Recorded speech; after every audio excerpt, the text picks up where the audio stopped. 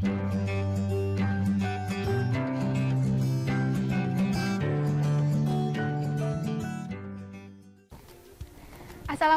warahmatullahi wabarakatuh. Kali ini kita akan belajar Bahasa Indonesia untuk SD atau sederajat pada modul tema kelima dengan saya Agi Hoirunisa. Nah, judulnya adalah Katakan dengan Puisi.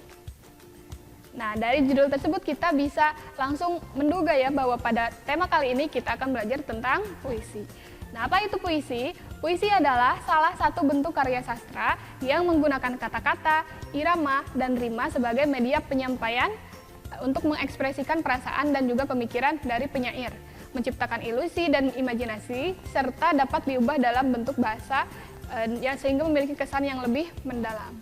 Ini ada beberapa unsur yang membangun puisi, ada diksi atau pilihan kata yang tepat, ada tema yang merupakan ide pokok yang membangun suatu puisi, dan juga ada irama atau rima. Nah, di sini irama atau rima merupakan persamaan bunyi pada ujung-ujung kalimat atau kata ya. Nah, di sini ada sajak silang ABAB dengan pola ABAB, kemudian ada sajak pasangan AABB, kemudian ada juga sajak terus AAAA, seperti itu ya. Nah, di sini ada beberapa contoh puisi dengan berbagai jenis rima yang tadi. Ada sajak terus atau AAAA. Kita bisa lihat di sini ya. Pada baris pertama di sana disebutkan dengarlah wahai anakanda. Kemudian ya pada kalimat kedua atau baris kedua, rajinlah belajar sepanjang masa. Baris selanjutnya, ilmu tiada pernah habis dieja. Yang selanjutnya sebagai bekal sepanjang usia. Nah, ini karya dari Gina Hayana ya. Nah, di sini dari 4 baris tersebut kita bisa lihat ujung-ujungnya itu berakhiran huruf A semua ya. Nah, berarti ini memiliki sajak terus atau rimanya A. Ini bukan berarti harus semuanya A ya. Misalnya yang ujungnya U, maka keempat-empatnya juga sama harus U. Selanjutnya ada sajak pasangan, yaitu AABB. Kita lihat di sini pada ujung-ujungnya ya. Dalam kegelapan, kemudian di lorong kesunyian. Nah, itu berarti sama-sama an ya ujungnya ya. N sama N. Nah, itu berarti berpasangan A dengan A. Pada baris selanjutnya, sangat besarlah jasamu, engkau berbagi ilmu untuk kemajuanku. Nah, ini pada baris-baris selanjutnya menggunakan huruf U sebagai akhirnya. Nah, ini berarti polanya B ya. Jadi merupakan sajak pasangan, yaitu AA pada yang atas, kemudian yang pada yang bawahnya berbeda dan ke bawahnya sama dengan yang sebelumnya. Selanjutnya adalah sajak ABBA ya. Nah, ini ABBA berarti untuk baris pertama itu polanya akan sama dengan baris terakhir atau baris keempat. Di sini ada 4 baris ya. Ku hanya ingin menuntut ilmu untuk dikau wahai guru. Ya, itu berarti sama U dengan U di ujung. Kemudian di tengahnya itu sama berakhiran N ya dua-duanya. Selanjutnya yang terakhir di sini ada sajak ABAB atau sajak pasangan tadi ya. Sajak silang maksudnya ya. Sajak silang ada ABAB. Di sana berakhiran IA, IN dan juga IN ya. Keceriaan di sekolahku kini bukan tanpa pengorbanan. Kami yang kini menikmati buah manis sebuah pengabdian. Nah, setelah tadi melihat bagaimana contoh-contoh puisi dengan sajaknya atau rimanya, kita belajar sekarang menulis puisi. Nah, ini berikut adalah langkah-langkahnya ya. Yang pertama, pilihlah tema atau gagasannya ya, gagasan pokok atau ide pikiran tentang suatu hal, berarti masih sangat umum. Kemudian yang kedua, carilah sumber tema yang sesuai. Yang ketiga, cermati objeknya. Yang keempat, tentukan sajak yang akan kita gunakan, apakah tadi sajaknya sajak silang, sajak pasangan, atau sajak terus.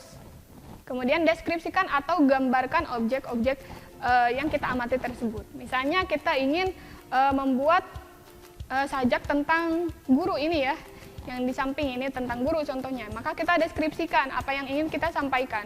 Contohnya menyatakan bahwa guru ini merupakan pelita di dalam kegelapan, kemudian penerang di dalam kesunyian, kemudian menjelaskan bahwa sangat besar sekali jasanya guru dan sebagainya. Itu merupakan deskripsi ya atau penggambaran dari sosok guru.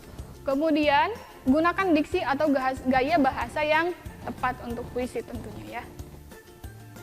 Nah, selanjutnya membaca dan juga mengambil amanat dari suatu puisi. Nah, amanat, pesan, atau nasihat merupakan kesan yang ditangkap oleh pembaca atau pendengar setelah membaca atau mendengarkan pembacaan puisi. Nah, jadi amanat dirumuskan sendiri oleh pembaca tersebut. Nah, sikap dan pengalaman pembaca sangat berpengaruh terhadap amanat dari puisi itu sendiri. Nah, langkah-langkah untuk menentukan amanat dari suatu puisi adalah membaca puisi secara berulang-ulang, kemudian mengartikan kata-kata yang sulit dimengertinya, lalu merangkai kata-kata tersebut menjadi sebuah kalimat yang runut, ya, yang berisi pesan-pesan. Nah, ini contohnya ya, pada puisi karya Taufik Ismail yang berjudul Membaca Tanda-Tanda. Nah, pada puisi ini bisa dibaca sekilas di sini, bahwa puisi ini menceritakan tentang renungan seseorang tentang kejadian-kejadian alam yang ada atau yang nampak saat ini. Ada banyak sekali kerusakan di bumi ini. Nah, maka setelah dibaca berulang-ulang, kemudian kita mencari padanan kata, kemudian kita mengartikan kata-kata tersebut, kita bisa menyimpulkan bahwa amanat dari puisi ini adalah kita harus pandai membaca tanda yang disampaikan oleh alam. Kemudian banyak kerusakan alam yang disebabkan oleh manusia, maka jagalah lingkungan sekitar kita supaya alam tetap lestari dan kita terhindar dari bencana. Nah, selanjutnya kita belajar melisankan puisi atau membaca puisi. Ada beberapa hal yang harus diperhatikan saat kita membaca puisi. Yang pertama adalah interpretasi atau penghayatan. Nah, sebelum membaca puisi, deklamator atau yang membacakan puisi hendaknya memahami isi puisi terlebih dahulu. Caranya adalah dengan membaca berulang-ulang, kemudian memahami makna kiasan dengan mencari makna-makna tersebut, kemudian membaca penanda pertalian, dan juga memparafrasekan puisi. Selanjutnya, yang kedua yang harus diperhatikan adalah intonasi, ya, baik itu volume atau keras pelannya bunyi yang kita keluarkan, suara yang kita keluarkan, kemudian nada atau tinggi rendahnya suara kita, kemudian tempo, cepat atau lambat suara kita, kemudian jeda atau penghentian antara satu kata dengan kata yang lainnya atau kalimat dengan kalimat yang lainnya. Kemudian yang ketiga setelah intonasi adalah mimik atau perubahan raut wajah, karena puisi ini digunakan untuk menyampaikan atau mengekspresikan perasaan dan juga gagasan, ya. Jadi harus dikeluarkan juga ekspresi yang mendukung. Kemudian yang keempat adalah kinetik atau gerak tubuh. Nah, itu saja untuk bahasan pada puisi modul kali ini. Terima kasih. Wassalamualaikum warahmatullahi wabarakatuh. Kunjungi sosial media lainnya seperti website kami di pkbmalfata.com, Facebook PKB Malfata Manunjaya, Instagram PKB Malfata Official, dan terima kasih telah klik video ini.